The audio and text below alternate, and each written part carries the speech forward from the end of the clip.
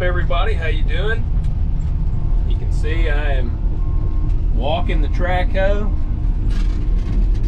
making our way over here to the Volvo way over there. You can see that. I'm gonna walk this track hoe over here, have it ready to help me get the cylinder off of that Volvo. I'm gonna finally try to do that because I gotta get to work out here. The month of February is almost over, and I still have quite a bit of work to do out here to have what I'm pretty sure is about 15 more acres that I'll be able to farm here this year. So I'm going to try to get busy out here this next week. I think the weather's going to be okay for a few days, but may have to do a little running in the rain, and that'll be all right. Guys, a couple things first. Hit that like button, hit subscribe, comment below anything you'd like to see. And second, I'm pumped to announce that I have linked up with Ag Gear. They're an awesome company. I'm repping the shirt right here. This is the Harvester. It is my favorite shirt. It's very tough, durable. I put it through the paces last season and it did really good. If I'm not wearing one of their shirts, I'm generally wearing one of their hats. But awesome company, big supporters of farmers, and it's ag-gear.com. I'll put a link in the description below. But you can use my code LHFarms and save 10%. That's LH Farms, all caps, all one word. Save yourself 10%, and it helps me out and it helps them out, and you get awesome stuff. So please go check them out, find you something. They got shirts, hats, jackets, vests, basically anything you can think of, and it's all supporting our farmers. That's a good thing. The wind's pretty stout out here, but got her parked over here next to them. Lined them up for a cool little photo shoot, sort of. But there's the two track hoes. It's like David and Goliath right here with my Volvo and the Deere. But the Volvo ain't much of a Goliath right now because it's freaking broke down. But got to pull that top cylinder off of that one, and I think that'll pretty much hopefully resolve my hydraulic issues on there. I'm just very much hoping that it's not the pump and that it's that cylinder that's causing all the issues. But the Deere did good. It still burned off a little bit of the oil that had spewed up on it. It finally quit smoking, so I think it got most of that burned off. But this coming week, I'm gonna use that track hoe to try to get that cylinder off, and I got to take it to Memphis and they'll have to work on it. But it'd be a whole lot cheaper than basically replacing that cylinder. And there is some electrical stuff going on with this track hoe as well, but honestly it's not a big deal. I do have some potentially exciting news for some of you that have watched the channel for a while. We might have a guy returning that quite a few of you enjoyed watching, and I talked to him this morning. Mr. Cookie might be coming back to LH Farms. He's kind of had a lot of stuff he's been doing, working on. I think he's kind of ready to get back on the old Deere or the Volvo if I get it going, because he loves running the track hoe. He's done a great job out here, and I'm gonna try to get him back out here. So you may see the return of Mr. Cookie. I want to tell you guys something too real quick on these track hoes. If you are in the market for a track hoe, or you're looking at getting one on the farm, get a thumb. I mean, that is seriously the biggest, best thing on these track hoes. These are fixed thumbs. I know a lot of guys have hydraulic thumbs.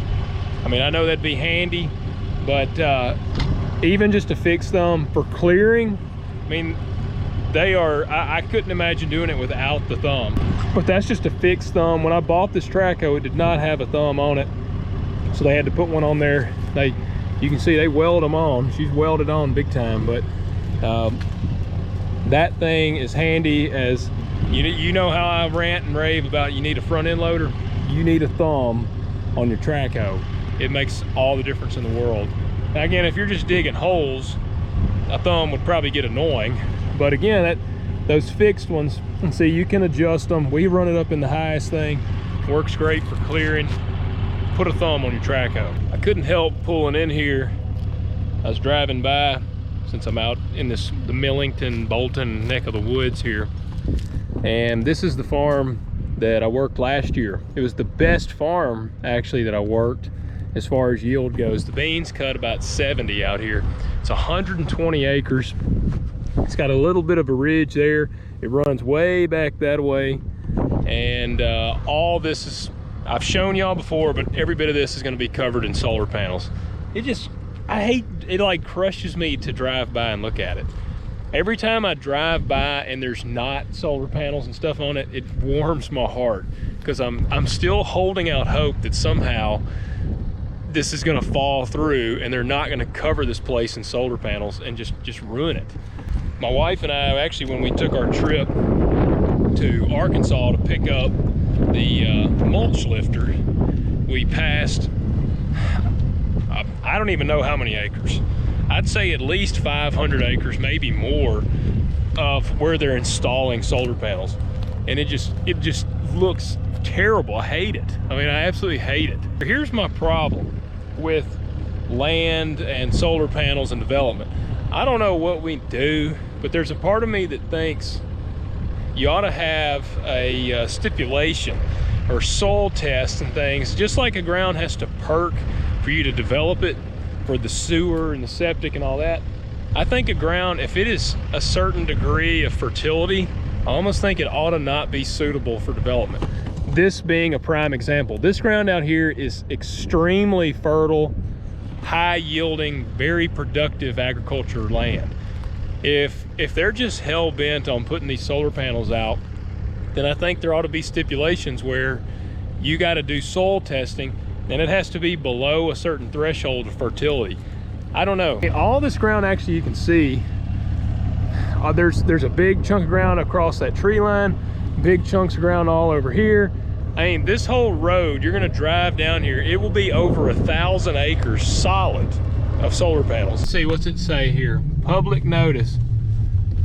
Use variance for this property. A public hearing will be held. No, that's... People don't want this stuff out here, guys. There's been quite a few people trying to push back against it. I don't think that it's really working. There's too much money involved. All this right here, solar panels, all solar panels. That's the problem. You got these people, I mean, I jokingly said it's guys like Leonardo DiCaprio that are funding these kind of things, but in all honesty, it could be. I mean, they have basically an unlimited amount of money to push and buy and fight back against people trying to stop it. Well, I've arrived back here in Munford. There's my dad's track hoe. You can see, as I was talking about, got the nice manual thumb on there. But I'm going to fire up Big Bertha here, get it detached, and load that track hoe up. I did what I think I need to do with it out here. I had to open up some trees basically for a power line to run through, and tried calling the guy to get him to come look to see if I had it wide enough. He won't call me back. My dad needs his track hoe, so I'm gonna load it up and just have it ready, because I don't know if he's working on culverts or what he's got going on, but he needs it. And it just saved me, using his out here saved me from having to bring one of mine all the way from Bolton. That's about a 30-minute drive in a big truck. Again, apologize for the wind. Guys, I don't know about y'all, but I am a fan of Arby's, and I appreciate that when other companies seem to be shying away from meat or catering to the vegan thing, Arby's is like, we got the meats. You know, I kind of dig that a little bit. I think that's kind of cool. Again, I know it's fast food, it's not good for you, whatever, but had me a big roast beef sandwich, so I'm ready to load up a track hoe now.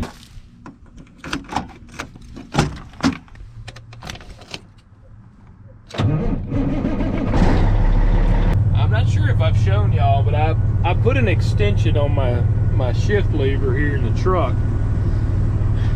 It used to be about right here, so it's shifting here.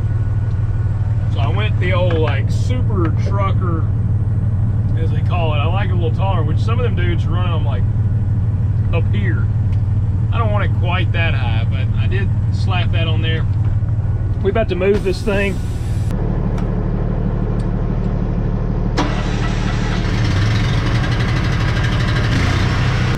gonna dump these bags.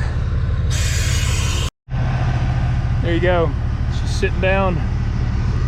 It's got, that one was, the back axle was lifted up.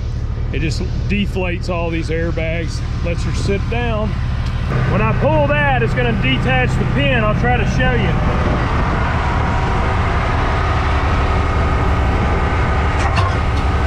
Raise it up. Set that back. And now we can let her down. Some guys dump the airbags on their trucks as well. Makes it a little bit easier.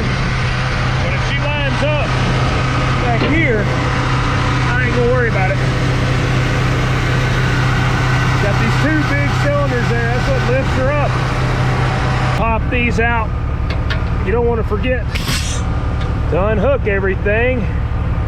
Stick all this here.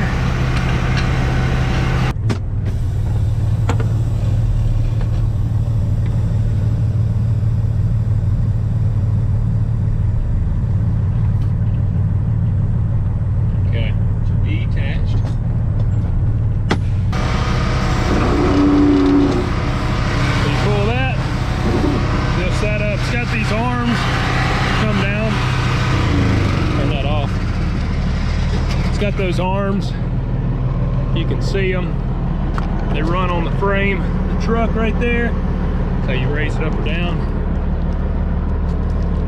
It's pretty slick setup. It's got some large pins up under there. They go up underneath these hooks, and that's where your pin runs through. But she just sits flat on the ground.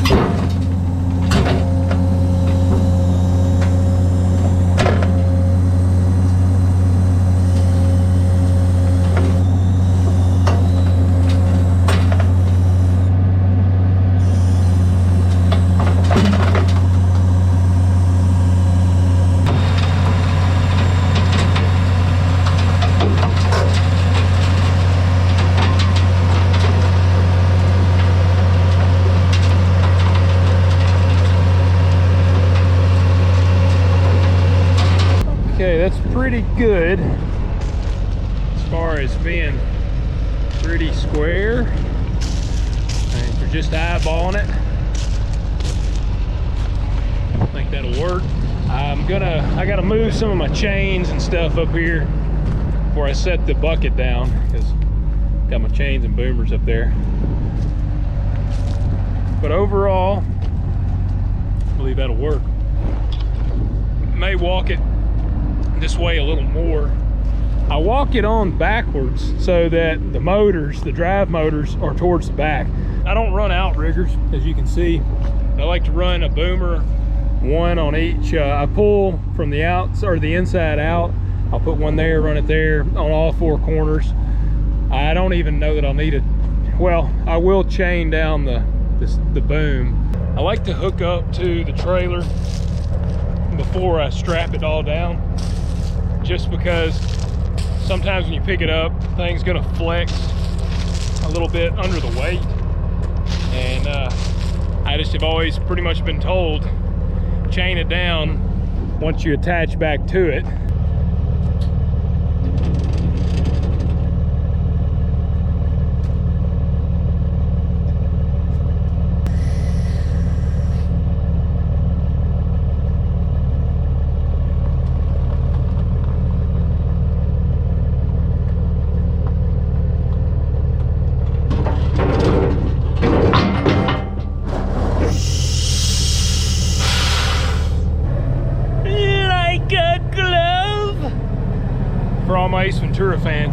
That's kind of how I feel when this thing shoots and lines straight up. Crank her up. Start raising her back up. Get these big cylinders going. That was great. I mean, that was perfect line up. Because the camera was on, it was the pressure of the camera. I had to perform. She's picking her up. You know, that's a stout cylinder if you really think about it. I mean, it's picking up a Traco. It's a 50,000-pound Traco. Flip my ride height down. I don't have a lot of stuff that's real short that I have to go under. So I usually run it about as high as it'll go. You can see the notches. I'm gonna put it, I'll put her on number 3.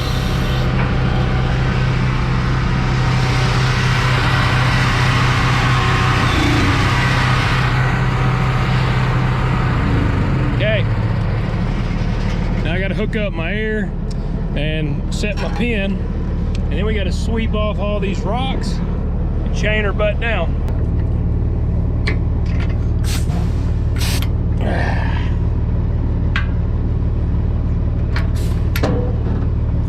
Okay, right here, I'll push this in, shoot that pin down through there.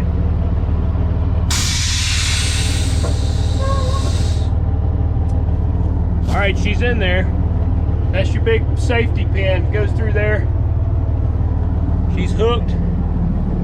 Now she's ready to go to Texas. I'm not hauling it to Texas, but it's ready to go to Texas. Before I would head to Texas, it would be wise to raise my airbags. So I'm gonna raise this one. That raises up the ones that we let down earlier. And I'm also gonna hit that one. That lets down the back axle so I can run all 3 tires on the ground. The place I bought this from, I got it from Baskins. It's a brand new trailer and it was pretty cool. I don't know if I've gone into this much detail on this trailer, but this trailer is 47 feet long. Most of them are 51 feet long, and honestly, it's hard enough to get this 47 footer around. Like, it's pretty tight coming in here with it, but if it was 51 feet long, I would have a really hard time getting it in here. And 47 foot is plenty big enough for what I need. There's plenty of deck space for that track hoe and any of my other track hoes and bulldozers. So it just so happened to work out. I also told him that I needed one that could technically haul about a 90,000 pound track hoe, because my Volvo is a 330 and it's probably 85,000 pounds with fuel, mud, everything else. I said I want the bigger one. So this is a 52 ton or something trailer, I believe. It's made for like 110, 115,000 pound machine. So nothing that I have will ever exceed the weight limit of this trailer. But again, I run the 3 axles down, and I really like it because I've seen that he's gotten some more in, but they have the painted wheels. Man, you know, hey, you know, you're gonna have it behind a truck with a purple truck with some nice looking stacks. You need the polished wheels. Like I want that cool factor as well. So got the slick polished wheels, a little shorter than the others. It's exactly the trailer that I wanted. That's why, honestly, I'm just very attached to this trailer, because it is perfect for what I need. But it's got that up. A lot of guys that run these detached trailers, they run them on like level 1. So I mean, they'll be just right on the ground. But Traco's not that tall with the bucket tucked down, and we don't go under any bridges going to Beaver.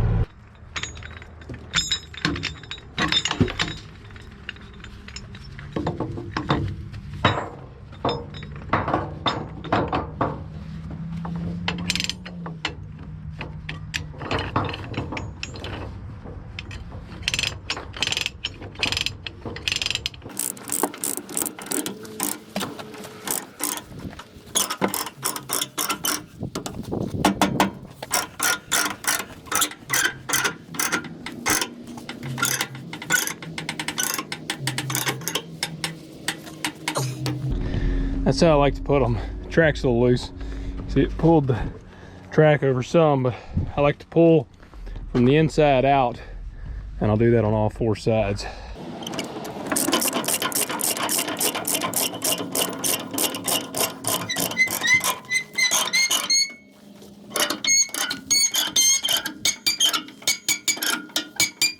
Very short ride. I mean, to be honest with you, I know quite a few guys that would do this without even chaining it down. Couldn't name any names though, in case the DOT man's listening. I don't know any, theoretically. I know some people. I like to put the hook, this is kind of why I have to find where I want to put it, because I like to put it where the hook has something like in front of it like this that'll keep it from sliding. Because if I just stuck it right here on the side where it's open, it has a tendency to eventually it'll slide, and then the boom will get loose and just come off.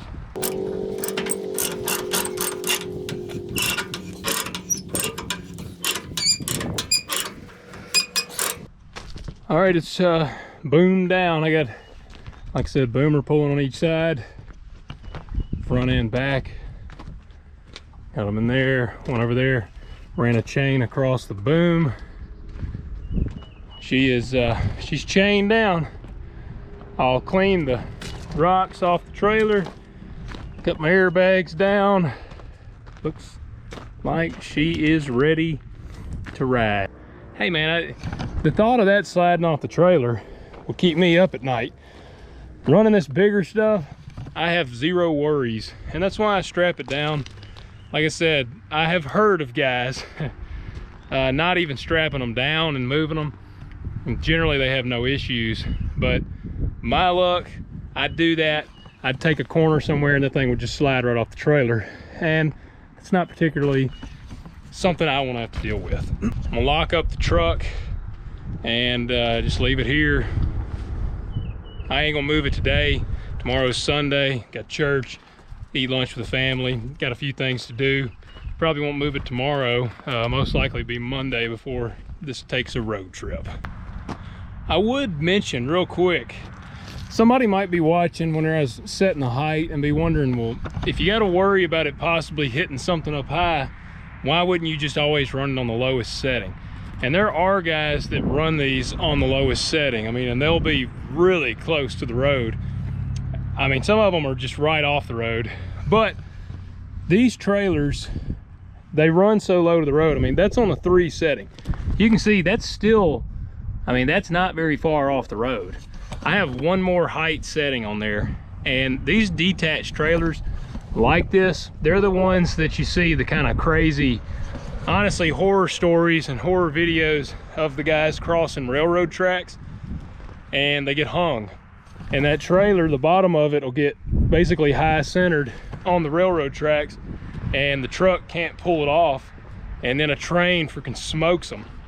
So that's why I try to run it at least 3, and if it's empty I run it 4. And I mean, I've run it on 4 loaded some too, but generally I run it on 3. I pretty much never move it around on 1, because I do cross some train tracks on a couple of spots, and that thought always pops in my head. I'm like, man, don't you get hung up. Can't help but have that thought pop in my head whenever I'm crossing tracks. But that's why I don't run it on the lowest setting. If I was a highway hauler staying on just the good flat running, I'd probably run at the lowest setting. I mean, I would assume it'd be a little more aerodynamic running it right on the road like that too. But I mean, I'll see how far off the road that is, because I got a tape measure in the truck here. I'm kind of curious now. 11 inches off the ground, so not even quite a foot off the ground, and that's this outside lip. I'll show you up underneath here. There's actually, if you can see it, there's a bar, that big bar that runs there.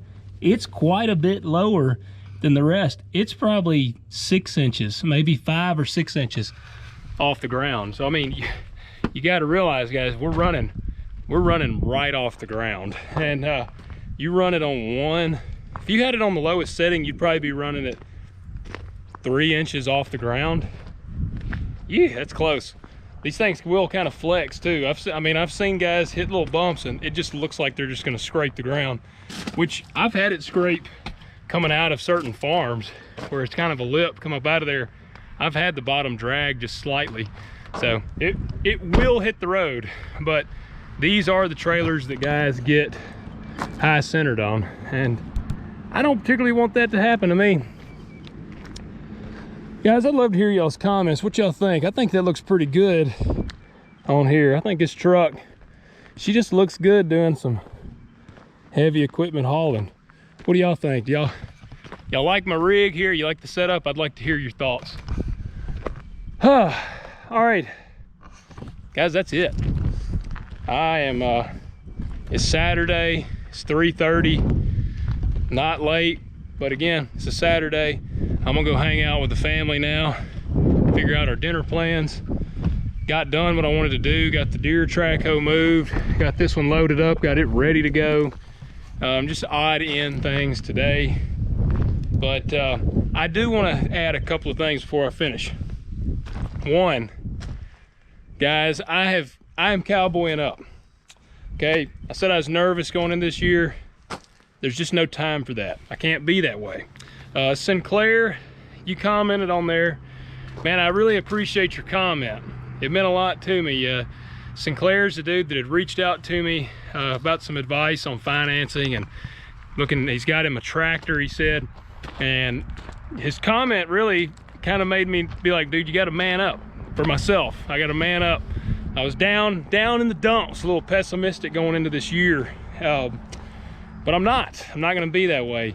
It's exciting. I am excited to get after it in this row crop season. Sinclair, your comment gave me the necessary kick in the pants. He was not a turd at all, guys. He was actually really encouraging. And I appreciate it, man. I needed that. And so I'm pumped up. I'm actually really pumped up. I've been already diving back into the row crop stuff this morning on some ideas. I'm really antsy now to get my planter out and start servicing it up, fixing it up. So no more woe is me crap coming from me over here. I am gonna put my nose to the grindstone, do what I gotta do to keep on farming, guys. There's a reason that I chose to be a row crop farmer. It's because that's what I love to do. And I can love that and love this farm store spread at the same time. You know, I got a big heart. I can handle it. Guys, I am gonna say, I'm no marketing expert by any stretch of the imagination. But I was reading a guy who is a marketing expert, and we're moving in. This is a presidential election year. Prices are really down right now. Things look bleak from a financial standpoint, but history has shown us there's generally a spike in prices. This doesn't mean that it's going to happen, but for my guys that are farming, if you're wondering what I'm thinking financially on the marketing side, this is what I'm hoping is going to happen. Being that it's an election year, markets can do crazy things, and historically from what I saw, I think from 2008 to 2020, there's a jump in prices around that June, July time frame. And it can be pretty significant for corn and soybeans both. I am gonna be all beans this year. I was planning to do a little corn, but I'm thinking I'm gonna do all beans. If that's the case, I'm really gonna be watching. Well, even if that's not the case, regardless, I'm gonna be watching hard June, July. I mean, I'm gonna be watching the markets hard all season in case I can catch some good prices in there. But I don't know, guys, there might potentially be a rally of prices in that June time frame. So be watching. It's an election year, guys. Crazy stuff can happen in an election year. So let's just be watching the markets really hard, but let's be praying that we hit a strange rally kind of in that June time frame and we can all make a little money. Guys, that's it for this video. Y'all are awesome. I appreciate you for tuning in. Catch you next week.